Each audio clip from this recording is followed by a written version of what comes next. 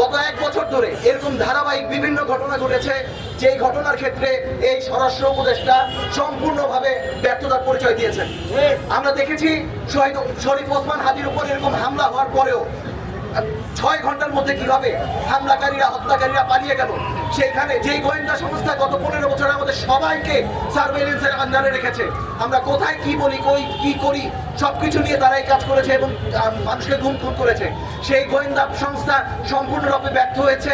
এই যে বাংলাদেশের স্বরাষ্ট্র উপদেষ্টা তিনি সম্পূর্ণরূপে ব্যর্থ হয়েছেন এবং 1 সপ্তাহ পার হওয়ার পরেও আমরা দেখি নাই যে এই শরীফ ওসমান হাদির যে হত্যাকারী তার ব্যাপারে কোনো তাকে গ্রেপ্তার করা বা এই হামলার সাথে পরিকল্পনার সাথে যারা জড়িত তাদেরকে গ্রেপ্তার করারও কোনো উদ্যোগ আমরা দেখতে পাই।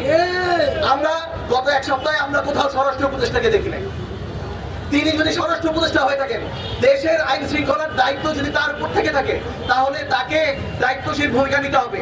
আর তিনি যদি মনে করেন আমরা মনে করি তিনি ফেল করেছেন, তার এই দায়িত্বে থাকার আর কোনো অধিকার নাই।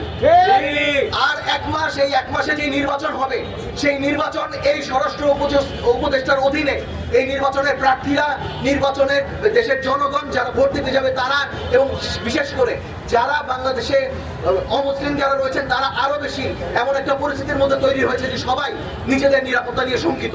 তাই আমরা প্রধান উপদেষ্টার কাছে আহ্বান জানাই যে স্বরাষ্ট্র উপদেষ্টা তার যদি লাজ লজ্জা হারিয়ে তিনি যদি পদত্যাগ নাও করেন, তার ব্যাপারে করা একটা পদক্ষেপ প্রধান উপদেষ্টাকে নেওয়া উচিত।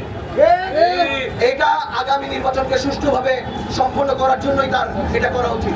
সেই সাথে বাংলাদেশে যারা এই কথা বলে ফেলেন যে কোনো একটা দলকে সমর্থন করলে আমরা ইসলামের পক্ষে আর সেই দলের বিরুদ্ধে দাঁড়ালে ইসলামের বিপক্ষে, এরা বাংলাদেশের মানুষকে ধর্মের নামে বিভাজিত করে নিজেরা ফায়দা ওঠার চেষ্টা করছে।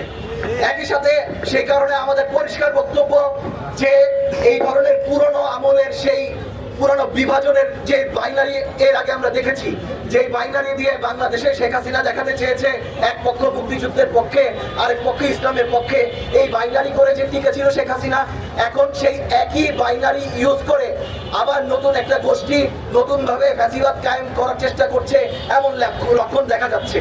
তাই আমরা বলতে চাই বাংলাদেশে আর এই মুক্তিযুদ্ধ নিয়ে বিভাজনের রাজনীতি যেমন করা যাবে না, কিন্তু একই সাথে বাংলাদেশের মুক্তিযুদ্ধের ইতিহাসকে বিকৃতি করার কোনো প্রচেষ্টাও আমরা মেনে নিব না। একই সাথে আমরা বলতে চাই বাংলাদেশের ধর্মপ্রাণ মুসলমান সহ সকল ধর্মের মানুষ তারা নিজের ধর্মীয় যে পরিচয় রয়েছে, সংস্কৃতি রয়েছে, সেটা নিয়েই বাঁচতে চায়।